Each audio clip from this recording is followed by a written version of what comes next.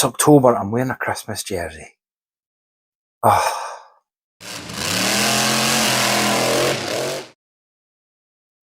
Hello, and welcome to another episode.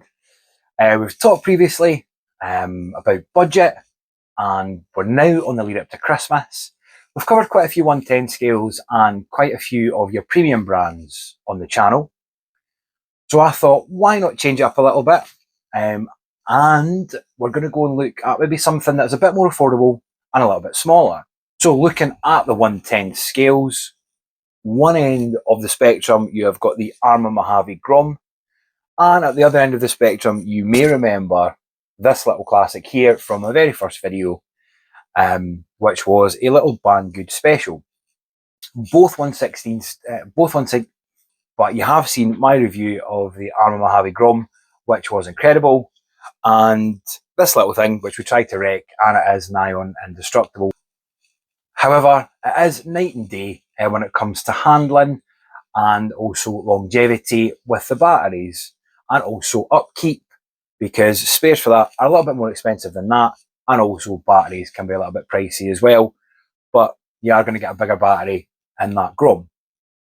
So if you are looking to start out in the hobby, do you want to be ploughing a lot of money into one of these, or a little bit of money into one of these, or do we look at a new competitor that's on the market? Now, they may not be a new company. It is UDI RC. They've been around for about 15 years, based in Shenzhen, China. I managed to get this next RC car through AliExpress for around about the £100 mark. £100 is pretty decent for almost, and potentially, once we look at it, a hobby grade RC car, and it could be your little gateway drug, like that was mine, into what I'm doing now. So let's not waste any more time, and we'll have a wee look at what we've got on offer today. So it is the Snowclaw by UDI RC. Tell me it's a 116 scale, it's got a brushless motor. On the box, what is it telling me? That we have got a high torque steering zero, all tyres. Well, I'm hoping it has all tyres. Seal ball bearings, oil-filled shocks, which is always a good sign, and some metal gears inside. Not really much else to say about the box, to be honest. All I can really say is, let's get it out and let's have a look at it. Now, I'm going to have a wee feel about, and I think it's this way. We'll try this way.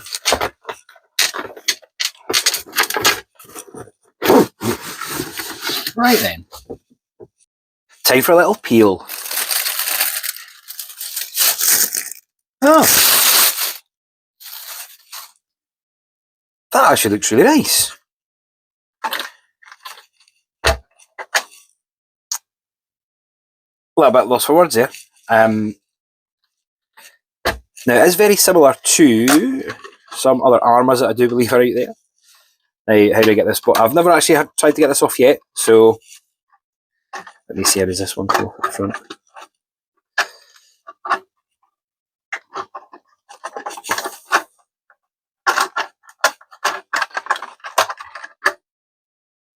Right. I think that just slides on at the front here, and then we're clipping onto the back. I haven't had one of these before, but we'll try and get under the body shell. Looking under that nice little body, we've got your 3800 kV motor, big battery tray there. This will run either 2S or 3S LiPos through it. Also got a nice metal covered fan for the motor, and also a little metal covered fan for your ESC, which is 45 amp. Looks very similar, like sort of Dumbo sort of stuff we've got going on here. There's your power on switch, and looking at that, man, that's some pretty decent suspension for what is effectively a little budget RC car. I think there's possibly foam in those as well, which again, we're almost looking at hobby grade kind of stuff here. Got your front double wishbones, if I can see I'll let you show you. It looks like we've got some, yeah, metal drive shafts in there. I did say it was all metal gearing and whatnot, and as you can see, we've got those nice big thick metal shocks on there. And we've got also, which I very rarely see on these ones, but it is the XT30 battery connector. Be able to pick up those XT30 batteries probably from any decent online retailer, I would think, but do your research and get either the proper battery, or you can get adapters for them if you want to run anything with like a Dean's plug on it. So that's really it for the tech spec. Classic body and little single wheelie bar there. I don't think there's any bearings in that, but that's quite a solid little unit there. Let's see what else we got in the box. In the box, instructions. Pop that off to the side for you. Also got some little lights that we can hook up, which is pretty sweet. Some very, very moody stickers, dark steel. A body pin and tether, which I don't know what we would need for a clipless body, but if I find out, I will tell you later in the video. What is really cool though is we've got a whole load of arms spare here. It looks like we've got a couple for the back, a couple for the front, and we're also moving into hex driver territory, so that's pretty cool. And your little kind of Allen wrench, if we're going to go American on it. So that's not too bad actually for what is essentially a budget RC car. Let's have a look at something else now. Right, we've got the body shell. So it's got a nice little touch here where we've got our drivers in here, which is pretty sweet. It's actually quite a nice looking body. I think it is looking like the Armour Granite Grom, which you can clearly see an inspiration for. And I can't lie, it does not have the same quality feel as it does to your more premium brand RC car shells, but you have got your plastic on top here, you got your plastic rails here, but I'm probably seeing that these corners are probably going to start getting a little bit worn. But it's a nice effort though, with what they've done here. So yeah, that's got to be applauded. That again, price point, looking at that, you get what you pay for. But I think, yeah, overall that looks like quite a nice little shell, and I quite like it in black. Now you have to love some of these stickers. Superb Rage Car, Dark Steel, Asphalt and Legend. So I don't think they'll be going in there, but I'm going to chuck a couple of stickers on and see how it looks. Superb Rage Car. So looking at our controller then, does feel a little bit cheap in the hand, not going to lie. And I might, if I can get a wee foam attachment on that, I could possibly one hand control that. And under here, well, we've got channel 3 and 4 switches here, and looking at all your different channels on these ones. Steering, I think that could be my steering rate, steering trim, throttle dual rate, throttle trim, I think. And we've also got some dip switches here as well. So I'll have a wee read into what we've got the dip switches for. No batteries with it, so if it does say ready to run on the box, I think they may be fibbing. But it doesn't have the same sort of quality feel as what your premium brands would have. However, feels okay, and I think it's now just time to go out and have a little rip with this thing. Let's go. Yeah, so recording this separately today because the wind noise was absolutely atrocious when I was at the skate park. So looking at the car itself, proportional steering, proportional acceleration and reverse. However, the throttle is very, very sensitive. The range on it, it seems that you kind of almost go at a reasonable pace and then it's boom, straight away. So yeah, proportional throttle response, but the proportions are kind of out a little bit. It's a little bit of power, then boom, you've got a rake of power and you're spinning out.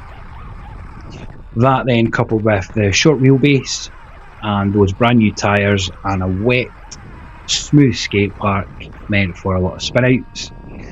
Also meant that I couldn't really show you its little party piece, which is a standing backflip, which is quite impressive. I don't have any other RC cars that I can get that out of at the moment.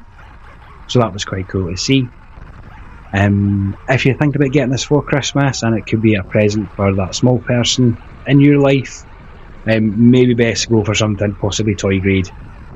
As I said earlier, this is kind of toy grade going into hobby grade, as you saw from what is underneath the little body shell. This thing it goes nuts. Very, very difficult to control. I was running this on 3S, and yeah, it's just way overpowered. Yeah, it is a little backflip machine, but trying to get that sort of power down to even get yourself up the ramp and try and keep it in some semblance of control was difficult. To then keep that power down to get the backflips going was very difficult, as you can see from the video. Yeah, air control, because obviously the size of the body and how light it is compared to the wheels, yeah, air control is pretty decent on this thing. Ran it on the 3S, but it just seems way, way overpowered for the size of vehicle it is. And I think I've said it before, I'll say it again, I don't get the obsession with overpowering everything. Yeah, speed's fun, getting some big jumps is fun, but you're going to be repairing stuff at the end of the day, and it doesn't need to be overly fast to even get it to backflip. So yeah, that's my biggest sort of gripe with it is, it's just way too overpowered for what it is. You will see later on in this video that I did try and take it over to a pool where I could try and get more traction, but that didn't end very well. But I will leave that little surprise to the end of the video for you. So enjoy me just spinning out and trying to get it in a straight line in this pool.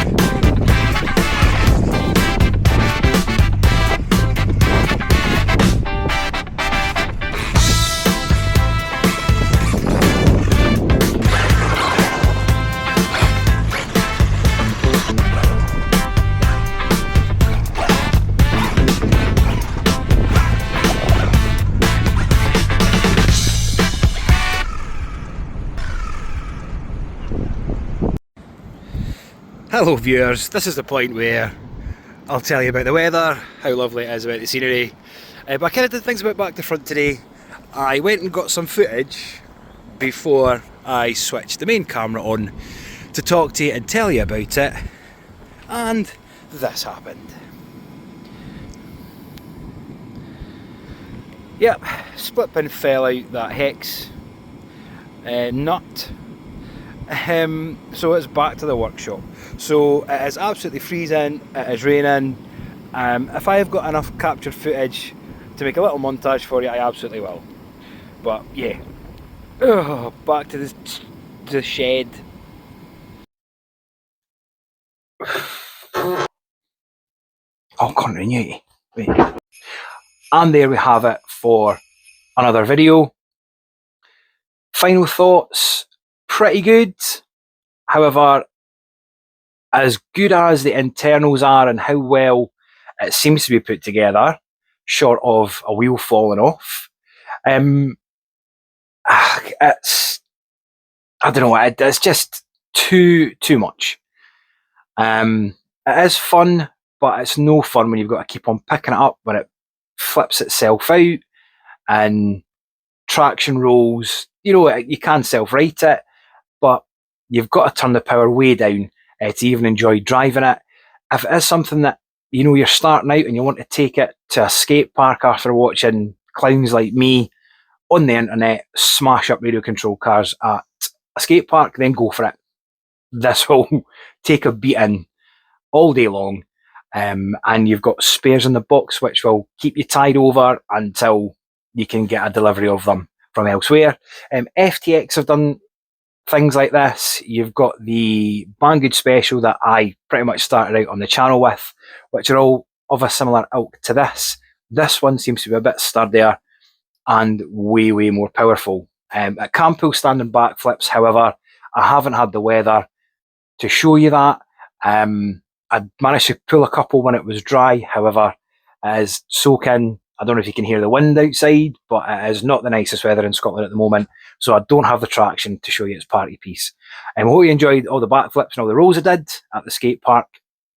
But yeah, good stock and filler, possibly a decent way to start out in the hobby, because we're kind of bordering from toy into hobby grade here with this one. There'll be rakes of parts that will fit this through FTX, which are really good with their spare parts. They're all very sort of much of a muchness, really. On that note, then, yeah, get it if you want a little stock and filler.